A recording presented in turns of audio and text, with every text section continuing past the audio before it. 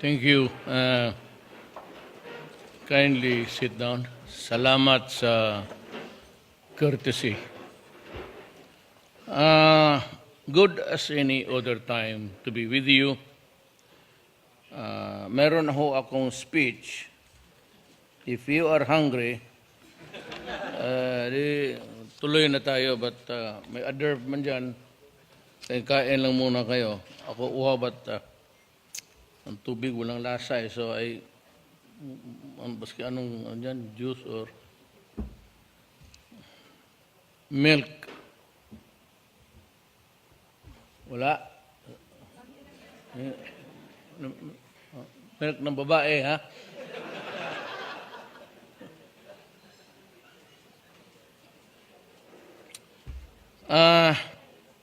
I propose to just look at what I did, taas. Meron kasi akong gustong i-announce sa inyo at sasabihin.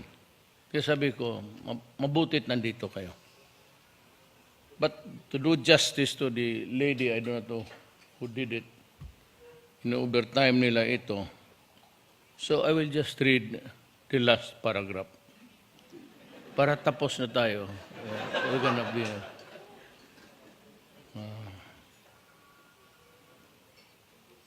ayan, okay pa.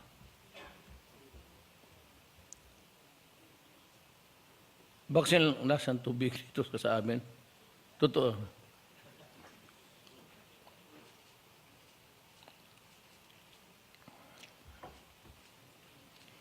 Hindi yan sila, the PSG, security. They are not comfortable with even bottled water ibigay sa akin. Kumukuha sila ng tubig sa filtered, of course, sa Pasig. Tapos nilalaga na pinapainitan nilang overnight. And siguro that's yun ho ang iniinom ko. Lasang Pasig, but in Davao, really, no kidding, we have the sweetest water in the world. Yung galing faucet, it's clean, it's potable. Tapos tignan ninyo it's the water there is sweet. Galing Dumo yan. The subterranean thing there. It's only in one place also. Dumoy, Davao City. District of Dumoy. Napakasarap ng tubig. It's really, pati kung maligo ka, hindi mo kailangan ng shampoo. I'm not kidding. Telling you that I'm promoting also Davao. Pagkatapos yung tubig na hindi nyo kailangan mag-shampoo. Kaganda ng buhok mo. But let us go ahead and finish this thing. As we create an environment where our people can enjoy their freedoms and cherish the gifts of democracy, I ask our friends from the broadcast media to continue helping the government in stimulating public awareness on vital issues that can touch the lives of ordinary Filipinos so that we can in turn help one another in collectively improving their lot of life. Thank you at mabuhay at malayang mamahayag. So that's it.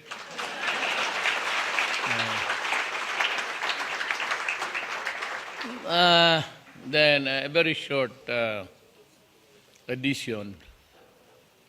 But 4 nights ago, I called for a command conference dito sa armed forces pati, all of the police, that anybody that would matter. I think this was the place. And I said, before the meeting, I asked the privilege of yung introductory, mga MC, sabi ko, ako na muna. And before we proceed with the problems of the country, you might want to hear what's in my mind. Sabi ko, tinawag ko kayo kasi kayo lang ang makakontrol if there's short of, meron talaga yan, just take care that security is assured to everybody at hindi magkagulo ang gobyerno. And it behooves upon every member of the armed forces to do exactly what's the mandate. Law and order. So you have to maintain order, and obedience to the law must be there. Then I proceeded by saying that, guys, I'm tired. As I'm telling you now, I'm tired. And I have this frustration because yun namang promise ko that I was finished early in the presidential debates and was short and was using bullets because alam ko, being a fiscal, under pressure kami ng time. You're only given by the judge, then you're finished. So, bullet lang ako. And I promised 5. Sabi ko na, and maybe that was the reason why I won. The 15 million plus the 6 that I got as a majority. I had no political machinery at that time. I could only remember one guy, except Aimee, but she was not very clear on it. Si Abet ng Bataan because of the friendship over the years. Pati yung tatay nila kilala ko. We were, I think, together, the 11th Congress noon. We were the Congress that impeached President Estrada. So, nandiyan si Ma'am kanina, sabi ko, nauna na ako, I said something which might not have reached you on time. Sabi ko sa sundalo, pagod na ako. And I said in my messaging, stop corruption, drugs, and itong crime. And then I would talk to the enemies of the state. And I said I will not interfere in anything. I'd start with the last. There is no commercial document. Contracts, hindi umaabot yan sa table ko. Either in the office or dito sa tinitirahan ko. Yung MRT, LRT, with yung mga reclamation, they do not reach my table. Actually, whatever project it is, hanggang dyan lang yan, it begins and ends with the cabinet. So, I do not go beyond. Ang umaabot lang sa akin yung mga policies, for example, yung pinag-usapan namin is your time, President Arroyo, itong inflation, how to go about. And I will meet congressmen tomorrow to sort it out, which tariff will reduce or remove outright. Yun lang ang trabaho ko. Then the promotion sa government. Do you until now, I have about 4,000 more appointments. Ganun karami at ganun lang ang kalaki ng gastos ng gobyerno. So if they do stupid things, and if you count all of them, it's appalling to realize that corruption is there in all levels of government. Talagang it's endemic, it's native, and it is embedded in the system and in the minds. Malalo kung may trabaho, so gusto mong trabaho. But ano gusto mong trabaho? Sir, sa customs o sa BIR. No, everybody knows na yung mga customs sa BIR, kung tingnan mo yung mga bahay nila, talagang magaganda. Yung mga ganun, but that's in the equation of corruption that is given. But itong mga hinahabol ko, sana kung mamahinto ko. Plus corruption. Drugs.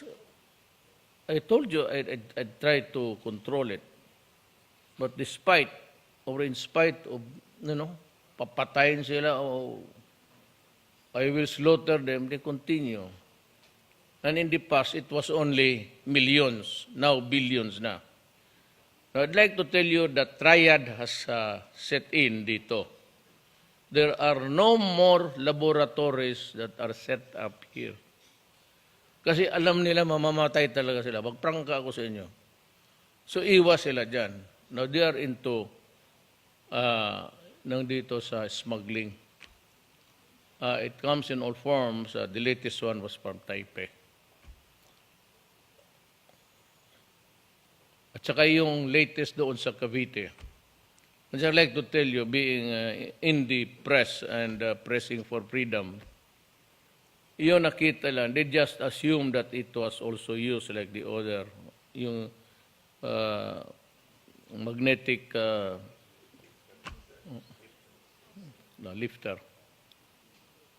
Yun, walang laman yun. It was speculative. It was like the one that was discovered dito sa ordinary importations. Doon nakita na yon in the warehouse. And sabi, siguro na meron yan. Pero wala yan. Somebody goofed somewhere. Walang laman yon. At saka, that speculative na kung puno ito ng droga, it would be worth something like this. You don't make any presumption dito, especially in criminal cases. You have to be very precise, exact, and everything. Wala ho nakita doon. It was a result of a speculation. I do not want to blame anybody yet, as yet. Wala talaga. In-assume lang kung ganon puno ito, ganon ang labas nito. But there was no shabu found. It was based on all presumptions. Just to, I'm not trying to allay your fears, but we have to stick to the truth, whether it is nice to hear or not.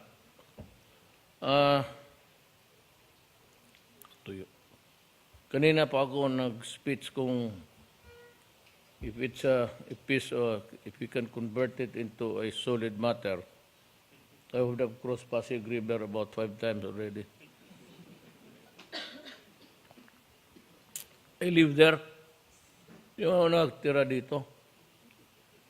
Kasi ito rin mga taga rito eh. Kayo mo rin dyan.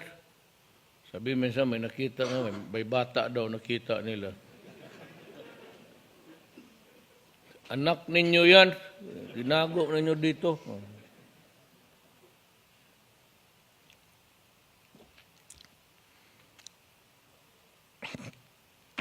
Drugs, I don't know.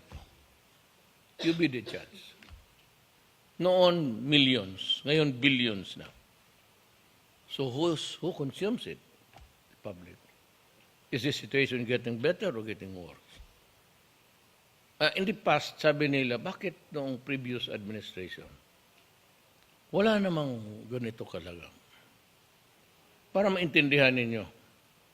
At yung mga pulis, hindi nagtatrabaho.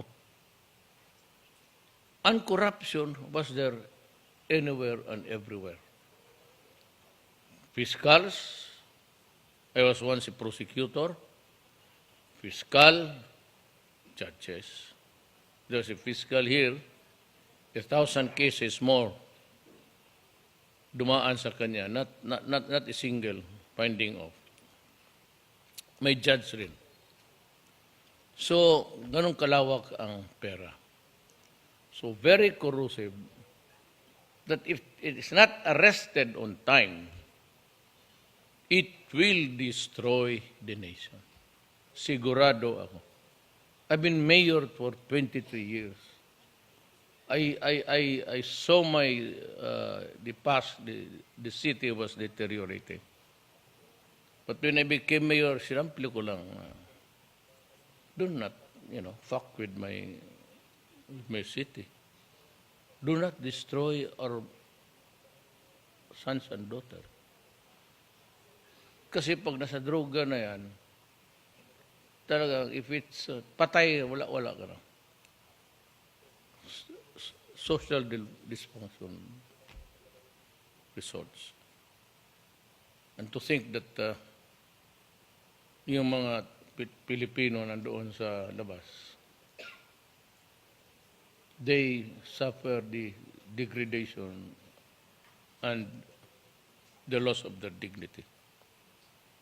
You know, if you work, it has nothing to do with the Moro na Muslim dito. Doon, if you are paid, services are paid, or you are a slave bought from the slave markets of Africa, yung sexual intercourse comes as a matter of course. It's a form of service. Kasali sa trabaho mo yan as a domestic helper. Noon ko pang nalaman yan when I was mayor. I went there to talk to King Fahd because 3 of my constituents were arrested by the religious police for distributing rosaries. I was able to get them out. But yun ang sinabi sa akin ng yung parang minister nila. Because I was told by the guy who was whispering to King Fahd, he was a little bit off his rockers. Pero sabi niya, you must know the real rules on the ground. Kasi ang complaint nila, kasali na yung ina-abuse sila. So, gano'n na lang ang galit ko. You know, may anak tayo. Hindi naman tayo mayaman. Hindi naman tayo mahirap. Imposible kung, lalo na sa akin. But I do not want you to speculate. May pera ako. And kung mag-retire ako, good na ako. So, added to that is yung pensyon namin. Kalaki ko ng pensyon, peg to the highest salary yan sa buhay mo. Pero itong yung Shabu, sisirain talaga tayo. Masira talaga. Believe me, it will destroy the nation. Kita mo naman ang volume sa importation.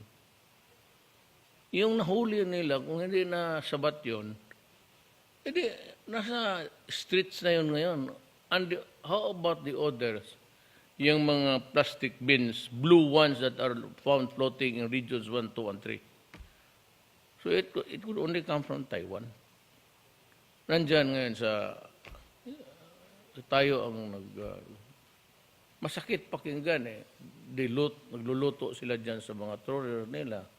Yung ships nila na luma, they cook the shabu there, pack it in the blue bins, plastic, and throw it overboard. May GPS. So yung taga rito, madali na lang maghanap kung saan yun, then they pick it up, repack it, and sell it. Believe me, punta kayo dyan sa Pasig lahat. Yung long stretch dyan, pati yung mga tindera na matatanda, tignan ninyo. I dare you. Tignan lang inside yung matatanda, yung mga vendors, umihit yan. Halos lahat, pati mga drivers, maniwala ka. Yung mga drivers natin just to keep them awake sa trabaho. Ang problema, progressively, according to the United Nations Control Board, Shabu is doon sa listahan. Meron ako niyan, I don't know if dito. The characteristics of Shabu is that it will result in a bizarre behavior and commits violent acts. Mas pinaka-deadly because Shabu is a mixture of chemicals. Itong cocaine, heroin, cannabis, they are taken out or extracted from a organic plant. Ang Shabu, ang chemicals. Tapos, saan diretso.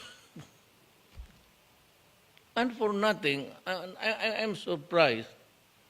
Gusto ko lang sana pantakot lang. But just to also appear to be terroristic about it. even na at the expense of saying, patayin kita, well, if it can help, rather than really killing you, if my words, my warnings are seriously taken, then it might just also stop you from doing it. Pero kung yung mga talagang mga malalaki, I don't know, namala diyang, yung malalaki yung mga drug lords, patay talaga yan. Huwag na lang tayo magbulahan. If you import 4 billion worth of shabu, I will kill you. Huwag na tayong magdrama-drama pa ng human rights. Human rights. After all, if this country will go to the dogs, bakit? Makatulong ba ang human rights? And how about those already victimized? Lumabas yan sa panahon ko. In droves, by the hundreds and thousands, din nasabi nila, the official count is 1.6 million. Palagay na natin 1 million. Maligayahan ka, sirain mo kababayan, 1 million. But ilan bang gusto mong, ang target mo? 100 million ang Pilipino? Importante sa akin kasi if you've noticed, nandiyan naman kayo sa, this is one face of a paper. These are the numbers of people killed by Duterte. Tangina niya, I never mentioned any particular name. Sinabi ko go after them. Talagang, ang mabuti kasi nito is, mayroong mga networks. I will order the police to adapt officially a reporter. Sumama kayo kung may raid at makita ninyo kung papaano lumaban. They are all crazy. And the first thing that they would feel if they are addicted, they are paranoid. That is why nagdadala ng baril. You ask, namatay ilan? 4,000? O tanongin kita, ilan ang namatay sa inosenteng mga tao?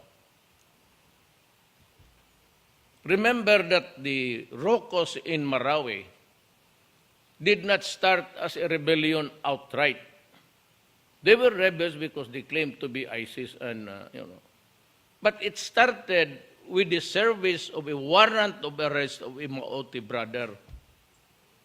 They refused to surrender and shut it out. Ang police nag-retreat kasi may mga reinforcement na. So that 9 Marines who crossed the bridge there, yung Mapande Bridge, yun ang inubos, tinarget ng second day of the trouble.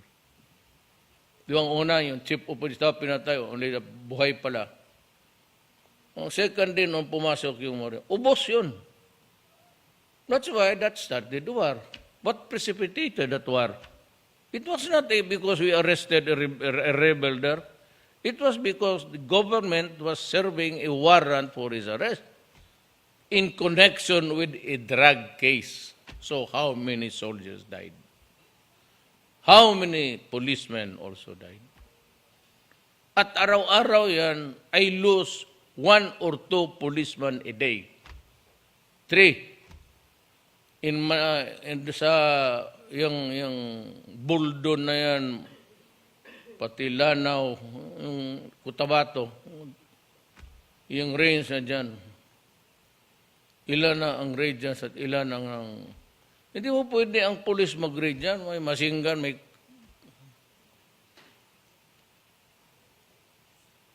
Matindi itong druga. So, I'm facing with so many fronts. The drug, ISIS. Ano bang akala mo sa ISIS?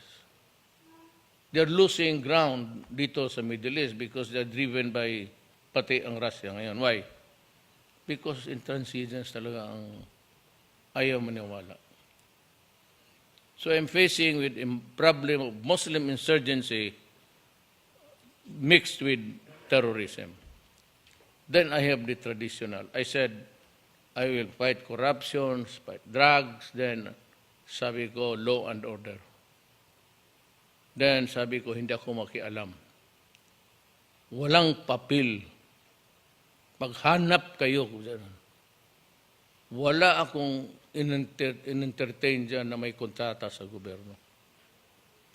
Ayaw ko lang sabihin because may ginawa sila in behalf na to my appeal na kumari lang kunin ninyo ang mga Pilipino doon. So they agreed gratis. That's why ako naman, in fairness,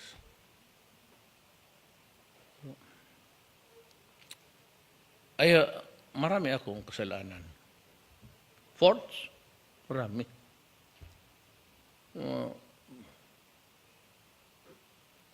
Mistakes? Plenty. But I was never, in my entire sa government service ko, it was not all about money.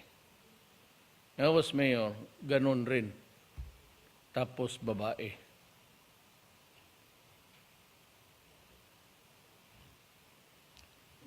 Babae. Babae na lang. Babae. Yung isa sa taga-ABS-CBN pa. You have also contributed to the corruption of... Hindi, maganda to. She's beautiful, pero alam mo itong putang inang iPhone. Hindi talaga ako marunong yan. Ganon lang ako. May nagregalo na iPhone. Tinuturoan naman ako ng lahat. Lahat, pati gwardiya ko, magsabi yan ang sunod. Yung protocol dyan kung paano mo laruan. Hindi talaga matuto. Turuan mo ako, pagkabukas makalimutan ko. Sige ako, let's say ng ganon. Sige, pakita. Sige, pakita mo picture mo. Kasi yan naman ang trabaho ko. Tapos pakita. So, sa ganon-ganon ko, putang ina na send all.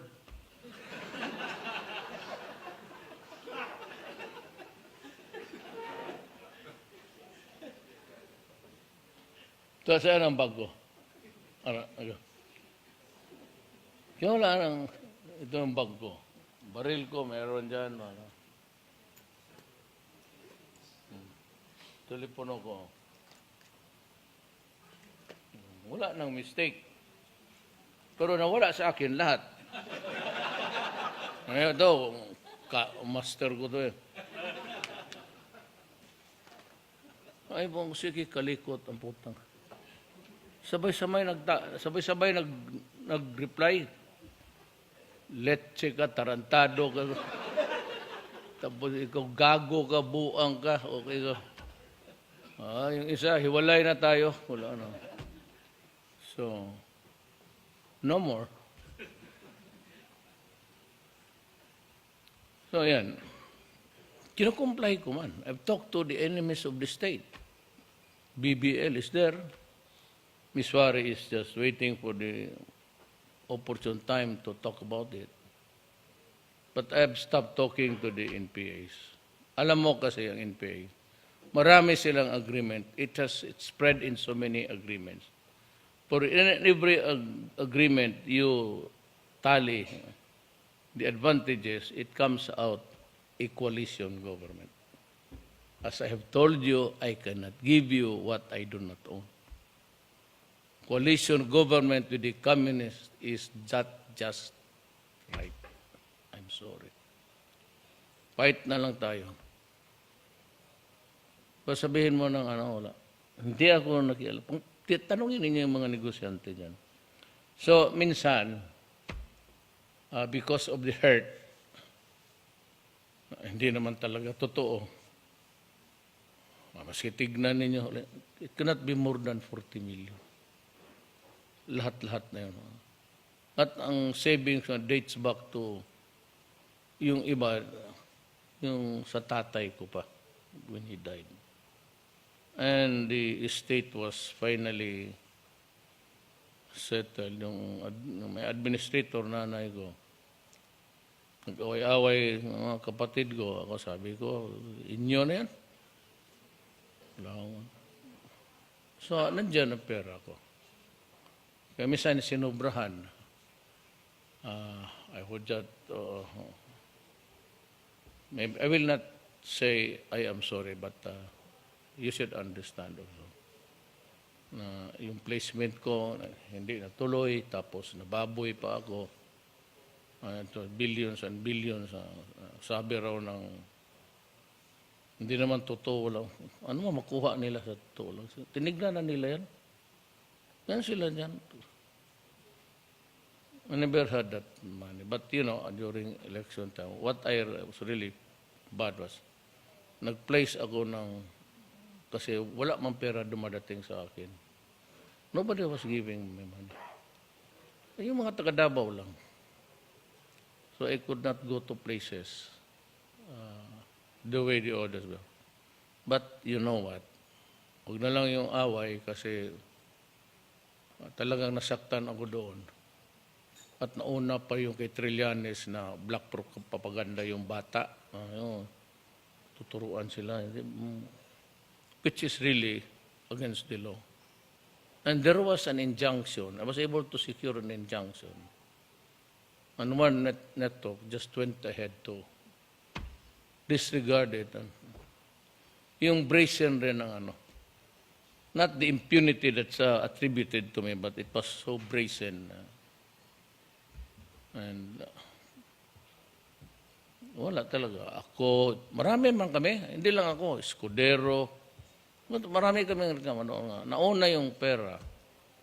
Hindi naman nangyari. Sana sinabi lang na sinauli yung pera with a so that is what's really hurting. Kaya minsan I blurt it out, but I've learned to live with it actually. Kung minsan mag-init lang ang ulo ko. But let's understand each other, let it pass. I said because let no man with no sin cast the first stone here. Kaya, pero ako dito, tinawag ko yung mga, and I am repeating it to you now. Ako po'y sawa na. What is inside me is not really anger. Kasi wala ka talagang magawa. It's the frustration. That I cannot comply with my promise, number one, corruption. I've been trying to fire people. Hindi lang ninyo alam. Marami ako pero still corruption. It does not only persists, it flourishes. Sabi ko, hindi ko talaga kaya. Sinabi ko sa mga sundalo, hindi ko kaya. Pag hindi ko kaya yung corruption, which is really the one that's eating, eroding our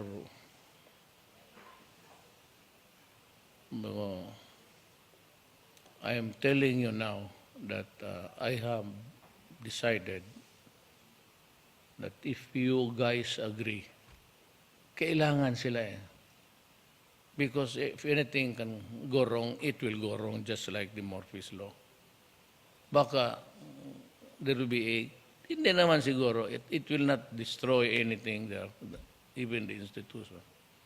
But medyo may mga gulo, mga resentment, and it could take in several forms. Sabi ko sa kanila na, kayo ko yung kausap ko kasi you will guarantee, and promise it to me, na you will keep order. Now, the reason why I cannot tell you that we follow the constitutional succession is this. Wala akong galit kay Robredo. Panalo na ako. Hindi ako nagkipag-away ng babae. Hindi nga ako sumasagot kung ano yung sinasabi nila. But sinabi ko, I think deep in my heart, if you follow the succession and Robredo takes over, hindi niya kaya. Mas maglalo,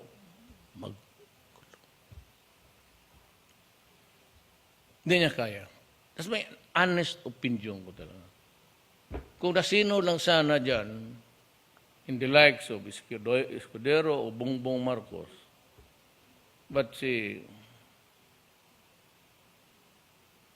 at the time, for several years, I do not want to mention names, Naga was the cradle of civilization sa druga. And it was there. And you can ask the Naga guys and the Naga addicts. Kung sabi kong, I'm not saying, but look at Davao. Napunta mo kayo ng Davao. Hindi ako pero at Davao, at the strike of midnight, everybody closes.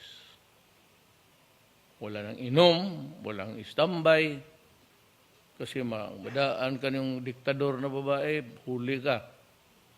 She will just say, continue your conversation inside the jail there. So walang istambay.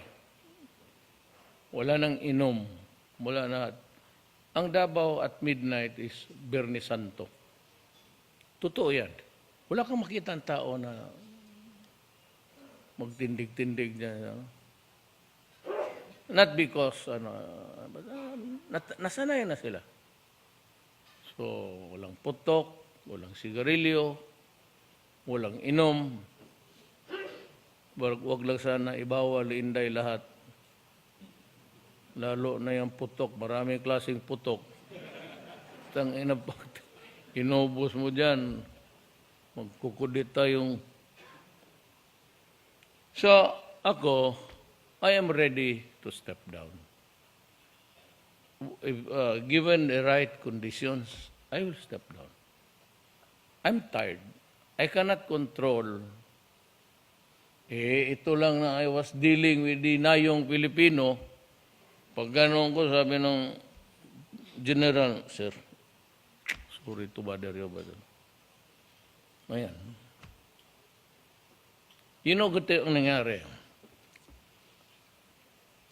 Maraming akong naririnig, at alam ninyo yan, na sa PGH, wala talagang pera.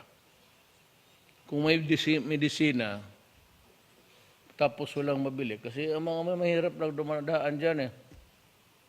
Pati yung mga intern, anak ni Dr. Samiang, dyan sila pa mag-contribute para makabigay ng pera. And this has been going on for so many years. One time, pinatawag ko yung ordinary yung mga doktor not really the kind of doctor yung sa mga hospital na private.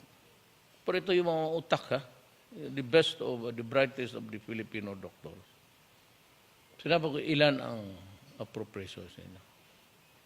Sabi na sir, mag-abot sila sa how much yearly? So kung i-separate namin, siguro mga about 25 yearly. Sabi ko, if I give you 100 million, would it be okay? Sinabi nila, sir, malaking tulong na yan. That's a jump. Yearly, sir? No. Monthly. So I called Andrea, sabi to give PGH 100 million a month. Kaya lahat dyan, baski na yung middle class na, dyan pumupunta dyan. Sabi niya, sir, medyo may mga mayaman to, nakakutse na ko. Look, all I need is that you are treating, and even other human beings, pera rin nila yan. Hindi hayaan, gamutin ninyo. Total, monthly, hindi nyo maubos yan. Now, here comes the cuts. Lalo na yung ulol na presidente ng AFP. Biluna yan noon. Gusto nga niya sila lang daw. Kasi when I decided to give PGH, binigyan ko kasi ang dalawang hospital yan, biluna yung veterans, pati itong AFP Center. 50 million each monthly. Para sa sundalo, marami yung mag-retire. Kasi had to take care of yung mga nag-retire. May mga pills yan. Karamihan yan, ang sakit ng sundalo, hepatitis B. Then, liver, dahil siguro sa, sige, inom tubig na So, para maintenance ng lahat, yung matatandang sundalo, mga generals. So, dyan kunin, 50-50. Naghingi itong butit na lang. Here comes the report, pinakita sa akin. Minamalbers pala ng ulol. Kaya sabi ko kay Lorenzana, but kay Chief of Staff, fire him now. Then, try him in a court-martial para he will be facing his peers. Para it will, kasama mo, katitingin sa putang ina ka. Ikaw pala magnapa. May isa dito si, what's the name? Maranya.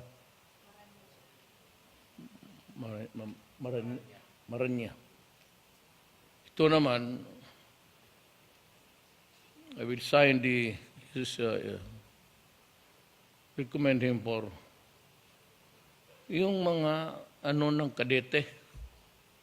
Hindi pa ito lumabas paglabas ito, yung mga allowance ng kadete, sometimes sabi na parang tinanggal na sa amin. Hindi tinanggal. Yung conspiracy to, parang, alam mo, sundalo, sunod-sunod lang yan Kawawa. Putang ina, sabi ko, paano yung nasugatan sa Marawi? Putang ina ninyo. Kaya ako, pumutok ako. Parang, how about those with lingering? Kung may diabetes yan, natapos sa sugatan, matagal lang. Putang ina yan. Doon ako nagalit. So sabi ko, prosecute him immediately. Sa allowance ng mga kadete, they took it to me na bali, na-stop raw. Maawa ako sa mga sundalo nag-aaral. Wala silang pamasahe pag-uwi. Alam mo, hindi naman lahat. Hindi nga mga middle class lang yan Wala naman nakitang anak ni, nandiyan man sila kanina. Hindi ko na si Lance Gokongwi nag-aral doon sa Bonifacio ng puro yan mga hirap. Kaya in my exasperation, civilian, tapos ito military, back to back ako. Sabi ko, hindi ko talaga kaya. So I'm telling you now, hindi ko talaga kaya. So pag hindi ko kaya, bababa ako, ibigay ko sa may kaya.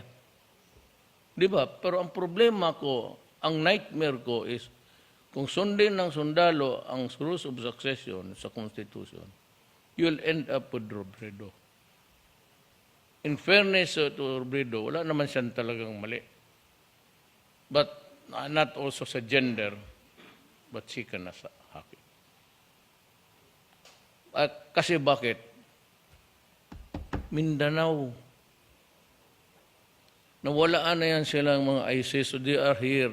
Southeast Asia sila They want to establish a base. Now, pareho man tayo ang utak. Would they do it in Indonesia? Predominantly Muslim. Declare a war there? May option pa sila. They cannot go to Malaysia, Indonesia, Brunei. Magkapatid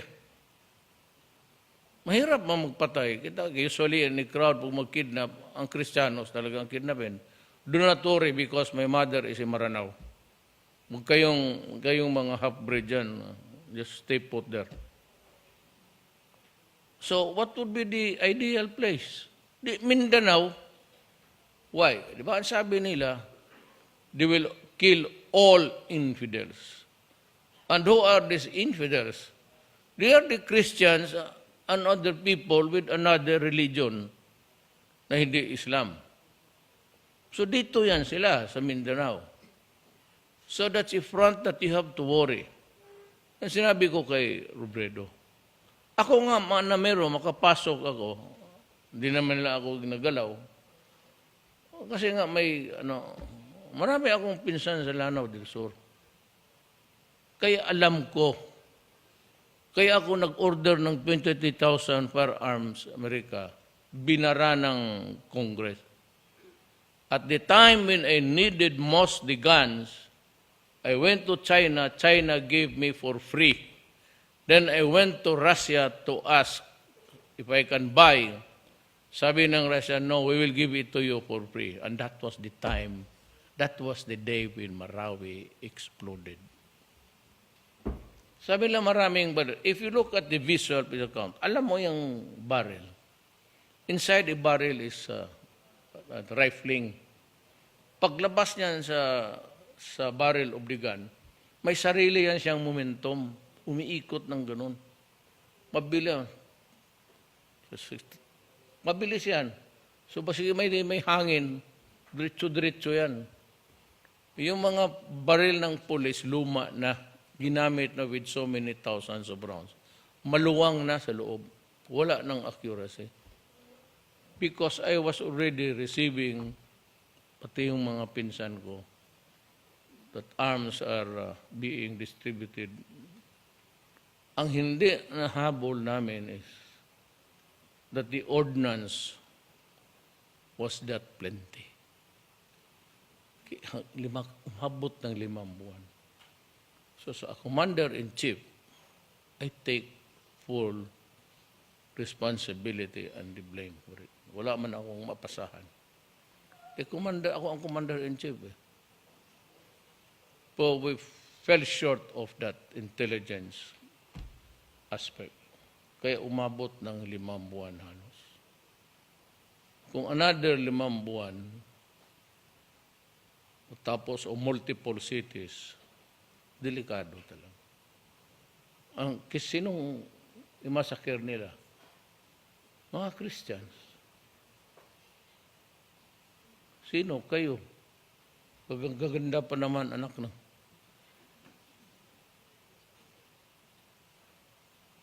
Yan ang problema dyan. Nandyan yung droga. Nandyan yung droga na hindi mo mahuli-huli and even flaunt it. Ganon sila na. Ngayon, si Kirwin, hulihin mo lahat. Pag hindi mo mahuli, patayin mo na lang. Di ba pumunta yan sa akin bago akong presidente? Tapos, camera. All networks. Sabi ko na hindi ka involved. Sabi ko, totoo yan sinasabi ko, pagka hindi, papatayin kita.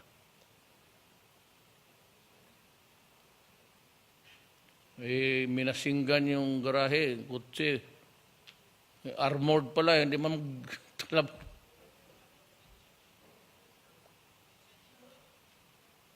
Sabi ko, you are better inside.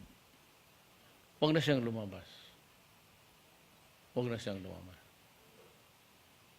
If he attempts to go out of the country, then I will just have to stop him.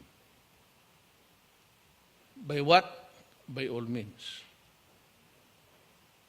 Then, sabihin kayo, extrajudicial killing. Yeah. Binila, kulong. Ay, kulong. Wala pong problema. Tanda na ako. Bigyan mo lang ako dyan as long as may conjugal visits. Baski na pa paano, makaraos ka dyan. At this age, Viagra lang. And you know, Viagra is best when with an empty stomach. Magkain ka, hindi mo ka ng Viagra? Wala. Iba, wag with empty stomach. Iyo, sir, ilang minutes bago. Wala ito, atin-atin mo lang ito. In this table, kailan lahat? You know, private meeting man ito. Erectile dysfunction starts at late 50s. Totoo yan. Ladies, makinig kayo. Kaya kung nag-asawa ka 30 years, kagaya ng may doktor akong kilala diyan sa tapos may ano pa tawag, nasaan ka na banda? So, lumabas siya. Nandyan sa retiro, banda yung bayan ng malalaki. Oh, sabihin pa, puntahan mo si huwag kang lumabas ng Banawi dyan ka lang dito, banda rito, para pag, alam mo, pag ginanon mo asawa mo, 30 years sa marriage, gusto man talaga sirain ang kayong babae. At 30 years of marriage, ang mga asawa niyan, mga 70, 68, wala na yan. Maniwala kasi ang asawa ko si Silos. Ikaw, alam mo man, nurse ka.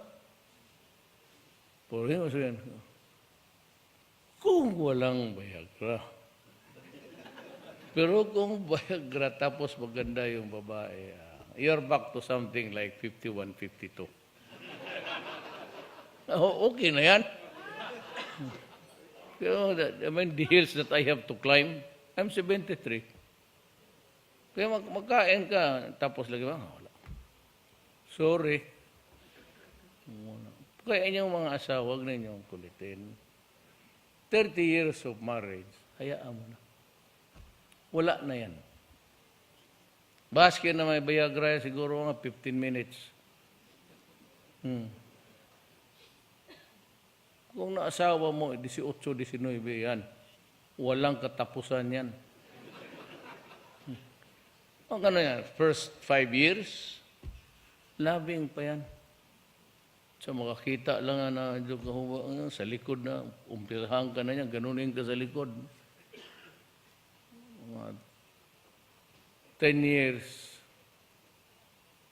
hindi na interesado yung magtingin ng katawan mo. 15 years, medyo, sabi, mag-uwi ka ng maaga ha, kaya mag-dinner tayo. Lord, paano ba ito? Wedding anniversary. Wedding anniversary natin bukas. Huwag kang magtanggap ng mga invitasyon. Umuwi ka kasi tayo ng mga bata magkain. Kaya kumplito. Tapos makita mo pagdating mo, nakabihis, bango, bagong perfume, pangyawa. Ngayon pagkagabi niya, ako ay maniwala man ako ng Diyos. Maniwala ka ng mga gagong yan. Your God, God will, Ang klaseng God yan. Yung kaya, nagalit ako, sabi ka, your God is stupid. My God is the common sense. Takutin tayo na hell yung mga gano'n. Para there were nomadic tribes doon dyan sa Middle East na yan. Yung pantakot nila yung hell, heaven. Ang heaven dito, kung makatsamba ka, anak na ko. Karaming maganda ito. Gusto ko nga sabihin, may asawa ka na. Hindi ko lang tignan, kaya baka patingin talaga ang asawa. Hindi ko tuloy. Maganda. Basta ang lalaki, ma'am, pag magharap sa iyo, tapos diretso tingin sa baba, bababa may ang mata. Kaya kung may stina, grabe, maliit itong isa. Nerves yan. And now, I believe in genetics. I really took up yung face ng lolo ko, Chinese. Ganon rin.